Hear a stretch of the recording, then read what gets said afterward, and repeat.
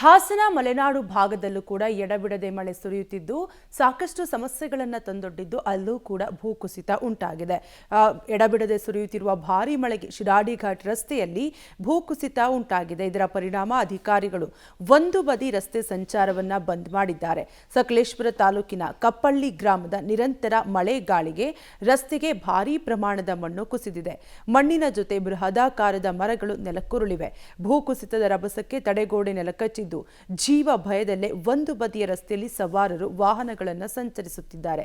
ಬಂದಾಗಿದ್ದ ರಸ್ತೆ ತೆರವು ಮಾಡಲು ಹಿಟಾಚಿ ಮೂಲಕ ಮಣ್ಣು ತೆರವು ಕಾರ್ಯಾಚರಣೆ ನಡೆಸಿದ್ದಾರೆ. ಈ ವೇಳೆ ಮತ್ತೆ ದೊಡ್ಡ ಪ್ರಮಾಣದಲ್ಲಿ ಭೂಮಿ ಕುಸಿದಿದೆ. ಮರಗಳ ಸಮೇತ ಮಣ್ಣು ರಸ್ತೆ ಮೇಲೆ ಕುಸಿದು ಬಿದ್ದಿದೆ. ರಸ್ತೆ ಬಂದ್ ಮಾಡಿದ್ರಿಂದ ದೊಡ್ಡ ಅನಾಹುತ ತಪ್ಪಿದೆ.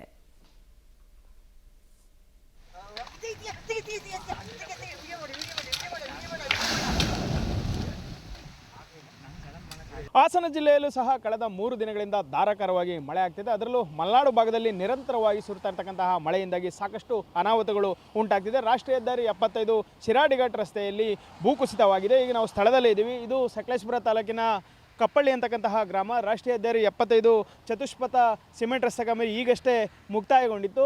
ಏನು ಮೇಲಿನಿಂದ ಗುಡ್ಡ ಕುಸಿತ ಅನ್ನೋ ಒಂದು ಕಾರಣಕ್ಕೆ ತಡೆಗೋಡೆಯನ್ನು ನಿರ್ಮಾಣ ಮಾಡಲಾಗಿತ್ತು. ಆದರೆ ಕಳೆದ 3 ದಿನಗಳಿಂದ ಸುರಿತಾ ಇರತಕ್ಕಂತಹ ಧಾರಾಕಾರ ಮಳೆಯಿಂದಾಗಿ ಸಂಪೂರ್ಣವಾಗಿ ಈಗ ಮರ ಗಿಡಗಳ ಸಮೇತ ಗುಡ್ಡ ಕೆಳಗೆ ಕುಸಿದು ಬಂದಿದೆ. ಏನು ತಡೆಗೋಡೆಯನ್ನು ನಿರ್ಮಾಣ ಮಾಡಿದ್ರು ಅದು ಸಹ ನೆಲಕ್ಕೆ ಸಂಪೂರ್ಣವಾಗಿ ಉರುಳಿದೆ. ಹೀಗಾಗಿ ರಸ್ತೆ ಸಂಚಾರವನ್ನು ಈ ಬದಿಯಲ್ಲಿ ಬಂದ್ ಮಾಡಲಾಗಿದೆ.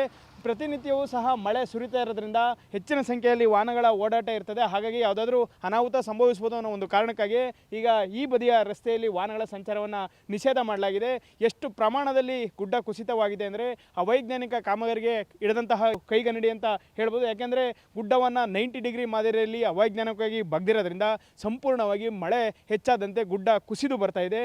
ನೇರವಾಗಿ ಅದು ಈಗಷ್ಟೇ ನಿರ್ಮಾಣ ಮಾಡಿರ್ತಕ್ಕಂತಹ ಸಿಮೆಂಟ್ ರಸ್ತೆ ಕಾಮಗಾರಿ ಏನಿದೆ ಆ ರಸ್ತೆ ಮೇಲೆ ಗುಡ್ಡಗಳು ಕಲ್ಲು ಮಣ್ಣು ಸಮೇತ ಬರ್ತಾ ಇದೆ. ಹಾಗಾಗಿ ವಾಹನ ಸವಾರರಿಗೆ ಯಾವುದಾದ್ರೂ ಅನಾಹುತ ಆಗುತ್ತೆ ಅನ್ನೋ ಒಂದು ಕಾರಣದಿಂದ ಈಗ ವಾಹನಗಳ ಸಂಚಾರವನ್ನು ಒಂದು ಬದಿಯಲ್ಲಿ ಏನು ಬಂದ್ ಮಾಡಲಾಗಿದೆ.